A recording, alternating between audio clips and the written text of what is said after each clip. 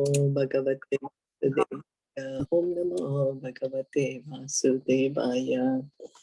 Narayanam Namaskritya Naram Chaiva Narottamam Devim Saraswatim Vyasam Tato Jayam Udiraye Nashtaprayeshu Abhadreshu Nityam Bhagavata Sevaya Bhagavate Uttama Shloke Bhaktir Bhavati Neshtike Om Ajnana Timirandasya Jnananjana Shalankaya Chakshur Unmilitam Yena Tasmai Shri Gurave Namaha Sri Caitanya Manobhistam Sthapitam Yena Bhutale Swayam Rupa Kadamayam Dadati Swapadantikam Vandeham Shri Guru Shri Yuta Padakamalam Shri Guru Vaishnavamscha Shri Rupam Sagrajatam Sahagana Raghunathanvitam Tam Sajivam Sadvaitam Savadutam Parijana Sahitam Krishna Chaitanya Devam Shri Radha Krishna Padam Sahagana Lalita Shri Vishakhanvitamscha He Krishna Karuna Sindhu Dinabandhu Jagatpati Gopesha Gopika Kanta Radha Kanta Namastate Tapta Kanchana Gaurangi Radhe Vrindavaneshwari Vishabhanu Sati Devi Pranamami Haripriya Nama Om Vishnu Padaya Krishna Krishnaya Bhutale Srimate Bhaktivedanta Swami Iti Namine Namaste Saraswati Deve Gauravani Pricharine Nirvisesha Shunyavadi Paschatya Deshatarine Panchakalpa Tarubhyasya Kripa Sindhu Bhaevacha Patitanam Pavanebhyo Vaishnavebhyo Namo Namaha Jai Sri Krishna Chaitanya Prabhu Nityananda Shri Advaita Gadadhara Shri Vasade Gaura Bhaktavrinda Hare Krishna Krishna Krishna Hare Hare Hare Rama Rama Rama Hare Hare.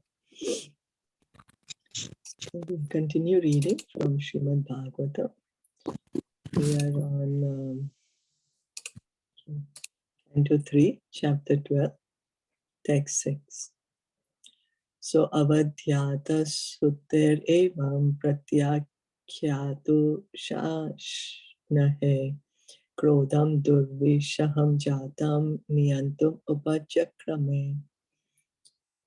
On the refusal of the sons to obey the order of the father, there was much anger generated in the mind of Brahma, which he tried to control and not express. So because Brahma asked the four Kumaras, okay, now you populate the earth. And they said, sorry, we don't want that. We just want to engage in devotional service. So he got very angry because it was his service to populate the earth. And he was trying to do that. So we have a desire to do something. And then when it is not fulfilled, then we get angry. So he tried to control and not express. So then depends if are we expert to control our anger, or do we, think it's our right to be able to express our anger. Brahma is the director in charge of the mode of passion or material nature. Therefore, it was natural for him to become angry on the refusal of his sons to obey his order. Although the Kumaras were right in such acts of refusal, Brahma, being absorbed in the mode of passion, could not check his passionate anger. He did not express it, however, because he knew that his sons were far enlightened in spiritual advancement, and thus he should not express his anger before them. So then, even if we get angry, we should try not to express our anger, because we might say words or do some actions which might which will hurt others. And then when we hurt others, then it's very difficult to make it up to them. It stays in the heart. We speak good words to people, that's good. But if we speak harsh words, that stays for a very long time. So we should be careful of our speech. Bhagavad Gita, Krishna says that. So reading on, text 7, Diya Nigraya Yamano api bruvor madhyat prajapatehe sadyo ajayata tanmanyo kumaro nilalo hitaha. Although he tried to curb his anger, it came out from between his eyebrows, and a child mixed with blue and red was immediately generated. So then, because of so much anger, a child came out from his eyebrows. Any guess who's this child? Shiva? Yeah. Rudra. Yeah, Lord Shiva. That's right, Rudra. So the face of anger is same whether exhibited due to ignorance or knowledge. Although Brahma tried to curb his anger, he could not do so. Even though he is the supreme being, such anger in its true color came from between the eyebrows of Brahma as Rudra, in a mixed color of blue, ignorance, and red passion, because anger is the product of passion and ignorance. So we can see when we are on the mode of passion, it's very easy for us to slip in the mode of ignorance. Mode of passion means a stage which we are full of desires, a lot of desires. And because of these desires, we are always trying to do something or the other, a lot of activity. Then what happens? Then from this mode of passion, very easy to get into ignorance. And what's that ignorance? If the desires are fulfilled, we get greedy. Greed is in the mode of ignorance. We want more of it.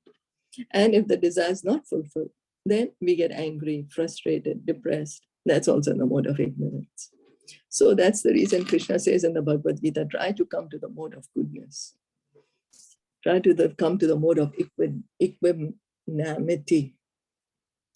Then when we come to the mode of goodness, then it's easier for us to engage in devotional service and transcend the modes. Then it's easier to rise above the modes. So, reading on text 8. Anybody would like to share anything regarding this? Or any comments?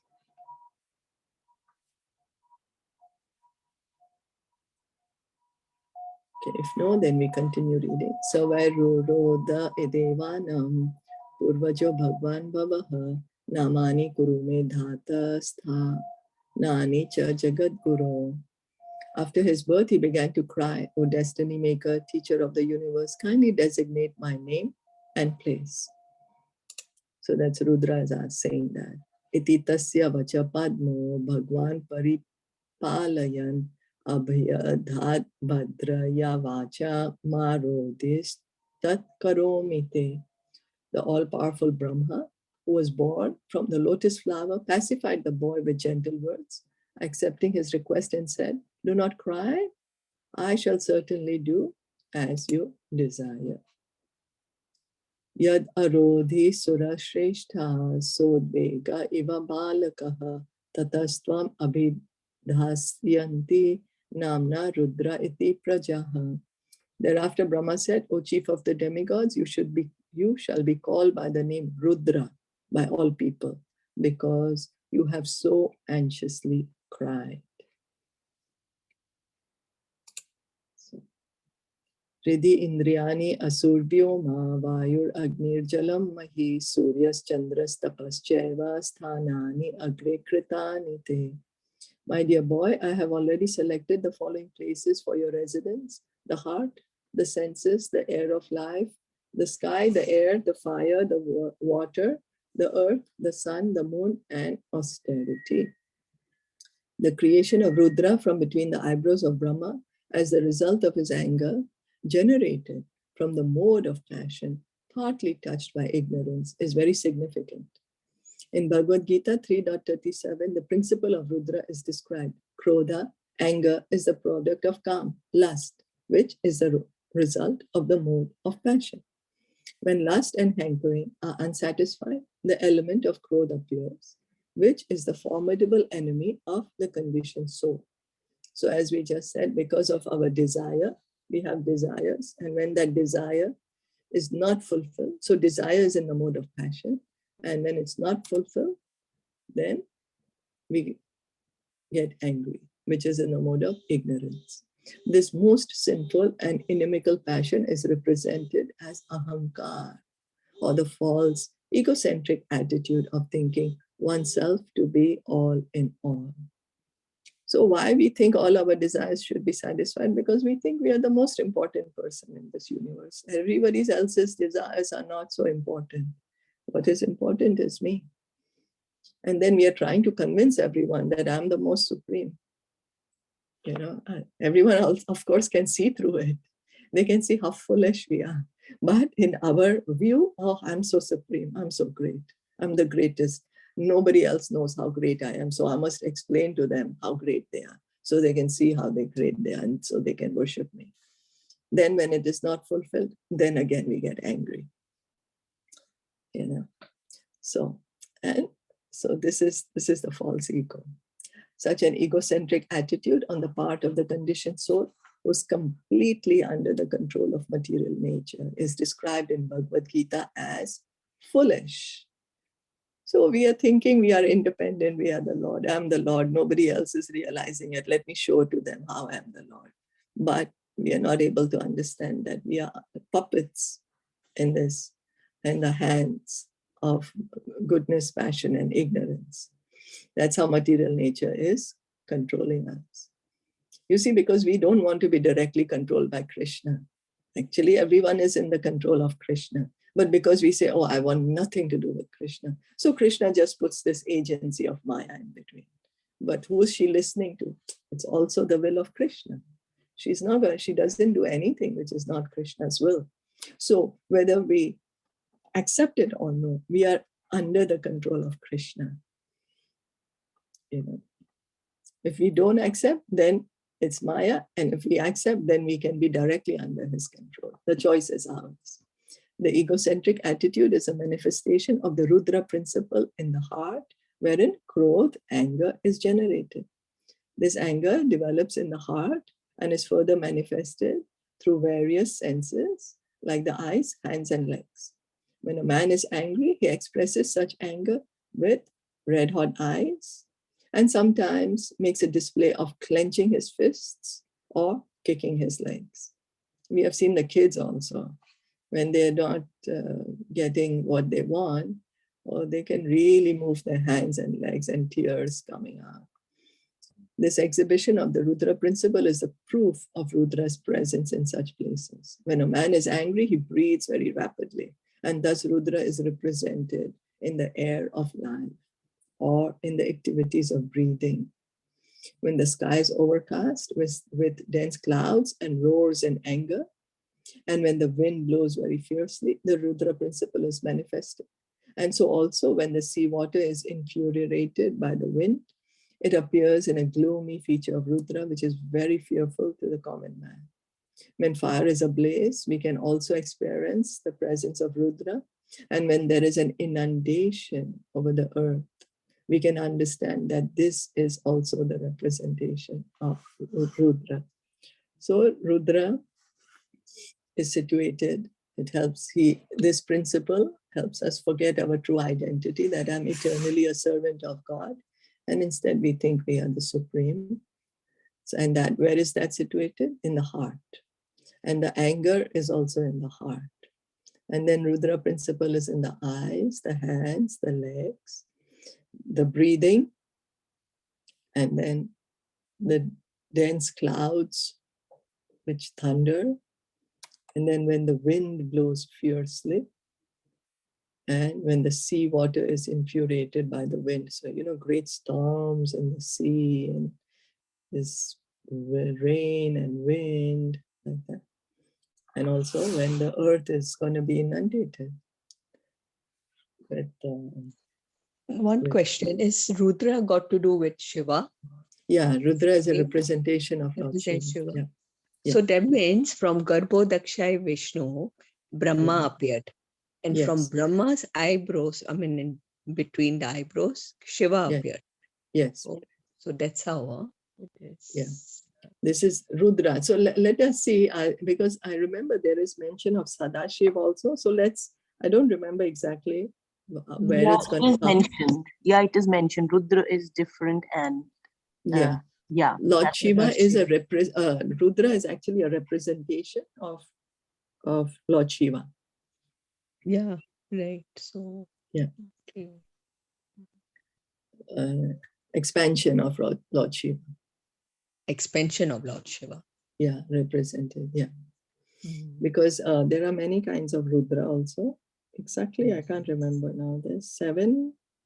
11. 11 is it? Yeah. Okay. So it's got to do all with Lord ignorance. Shiva. Yes. Right? Yes. Yes. Ignorance. Yes.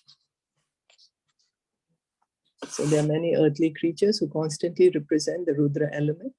The snake, tiger, and lion are always representations of Rudra. Sometimes, because of the extreme heat of the sun, they are cases of heat stroke. And due to the extreme coldness created by the moon, they are cases of collapse. There are many sages empowered with the influence of austerity, and many yogis, philosophers, and renouncers who sometimes exhibit their acquired power under the influence of the Rudra principle of anger and passion. So these are the different ways that Rudra presents itself. The great yogi Durvasa, under the influence of this Rudra principle, picked a quarrel with Maharaj Ambarish, and a Brahmana boy exhibited the Rudra principle by cursing the great king Parikshit. When the Rudra principle is exhibited by persons who are not engaged in the devotional service of the Supreme Personality of Godhead, the angry person falls down from the peak of his improved position. And we can see, of course, here the examples are given. Durvasa Muni got angry. He was not able to control his anger. And then also this Shringi, the son of Shamik Rishi, he cursed Maharaj Parikshit for just a negligent offense. He gave him such a great curse because he got angry. And then we have seen also, personally people's lives get ruined because of anger. When we do not realize, oh, I'm getting angry. And then in that anger, our actions, what we perform, they really can hurt others. And then what happens? That ultimately it's going to come back to us. It's going to hurt us. So even though they might be like materially in a very great position, if one is not able to control his anger, he will fall down. Ye anye ravindaksha vimuktamaninas tvai asta bhavad avishuddha buddhyayaha aruya krichrena parampadam tataha patanti ado anadrata yusmat angrayaha. Bhagavatam 10.2.32. The most lamentable fall down of the impersonalist is due to his false and unreasonable claim of being one with the Supreme.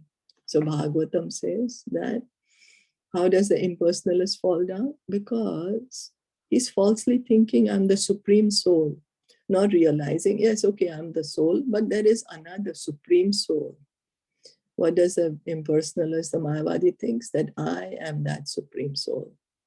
And then that, because it's a false position, not yet reached the true position, then he falls down. Lamentable position, because it's not easy to come to the Brahman platform through the process of Gyan. Very difficult, very, very difficult. Krishna says in the Bhagavad Gita, out of millions of people who are trying for perfection in this way, one can achieve. It takes lifetimes. And then if we continue with that, then it's just a waste of so many lifetimes. So much energy just wasted for nothing, continuing still with the false idea that I'm the Supreme Lord. Either by, not by doing the activities, but by thinking, by knowledge, thinking I'm the Supreme Lord. So actually there's no much difference between thinking I'm the Supreme Lord by activity and by knowledge, because the base point is the same. I'm still continuing to think that I'm the Supreme. And others are so foolish that they don't realize that I'm the Supreme. So we have to give that up. Text 12, Manyur Manur Mahina So Mahan Shivarita Dvichaha Ugra Reta Bhava Kalo Vama Devo Drita Vritaha. Lord Brahma said, my dear boy Rudra, you have 11 other names. Yes, 11, Sneha said. Manyu, Manu, Mahi, Nasa, Mahan, Shiva, Ritadvaj, Ugra, Reta, Bhava, Kala, Vamadev, and Dhrita Vrita. Okay.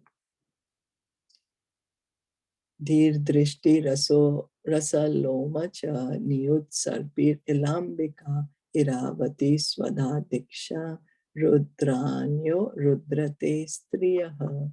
O Rudra, you also have 11 wives called the Rudranis, and they are as follows: Di, Dhirti, Rasala, Uma, Niyut, Sarpi, Ila, Ambika, Iravati, Swadha, and Diksha.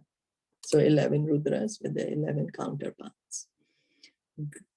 Graha Naitani Namani Sthanani Cha Sayoshanaha Ebis Raja Praja Bhavihi Prajanam Asiyat Patihi.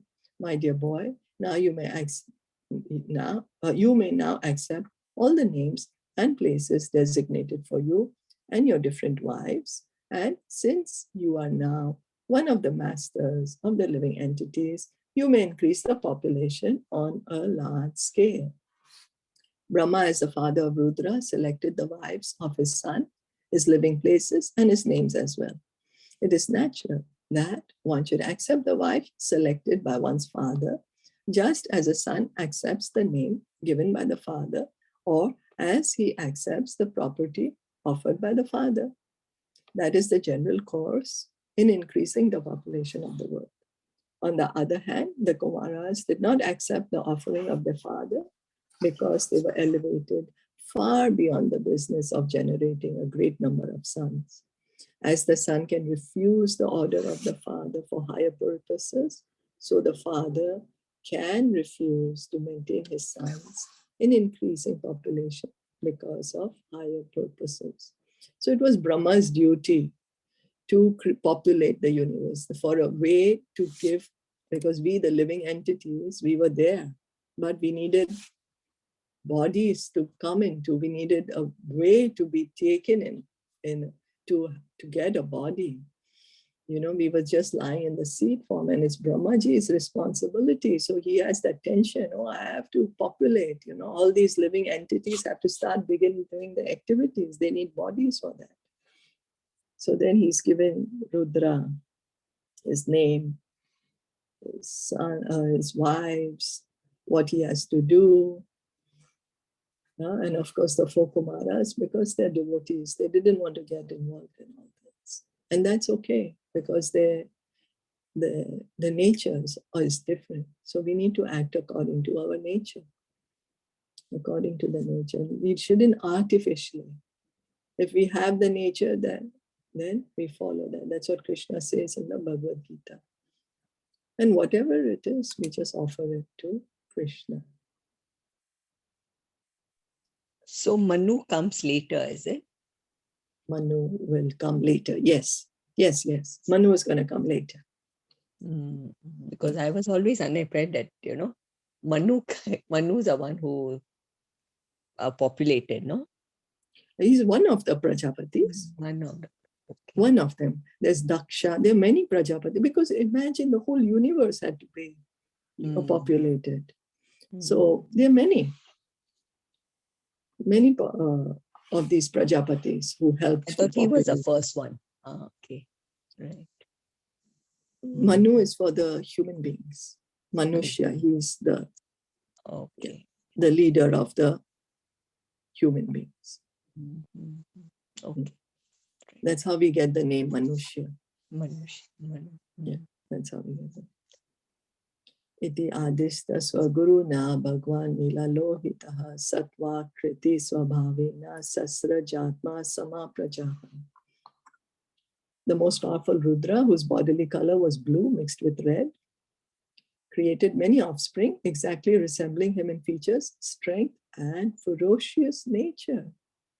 So we can see how Bhagavatam is giving us clear information of, oh, there was nothing. Then how Mahavishnu lying down, Mahatattva being agitated, universes are created, and now how actually the living entities are going to be created by Brahma.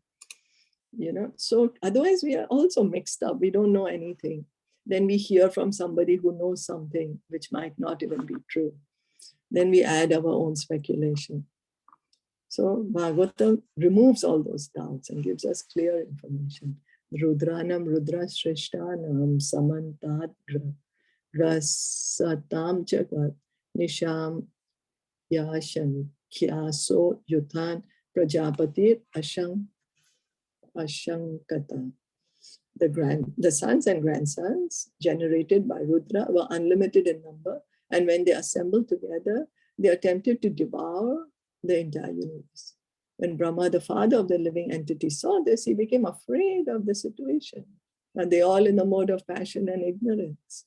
The generations of Rudra, the incarnation of anger, was so dangerous to the maintenance of universal affairs that even Brahma, the father of the living entities, became afraid of them.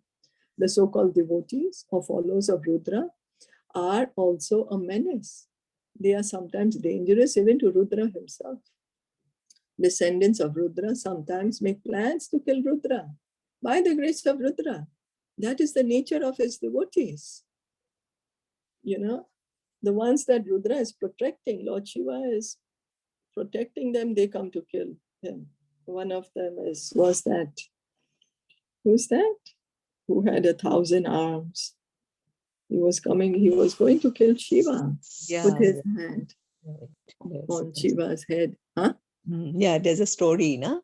Yeah, and then Shiva had to go to Krishna. My dear Krishna, save me. And Krishna's like, my God, you give these boons which put you in trouble, you know. No, he gave him the boon, like, yeah. Yeah, Shiva had given his devotee the boon that, okay, whoever you put your hand on your head, that person will burn. And so we can see, that this, now when we are saying we are devotee, then some change of heart should happen, right? Mm-hmm. You know, so where is the change of heart then? But this person is wanting to, in fact, kill Shiva. Let me see how powerful I am. Let me kill the person who's giving me this power. And so that's why we should become devotees of Krishna, chant Hare Krishna mantra. So all these demonic qualities are sitting in our heart. What to say of others? You know, we have a lot of these qualities in our heart, which are dug deep inside. We don't even know they exist. You know, we don't realize these are inside our heart. Then by chanting the Hare Krishna mantra, they can be destroyed.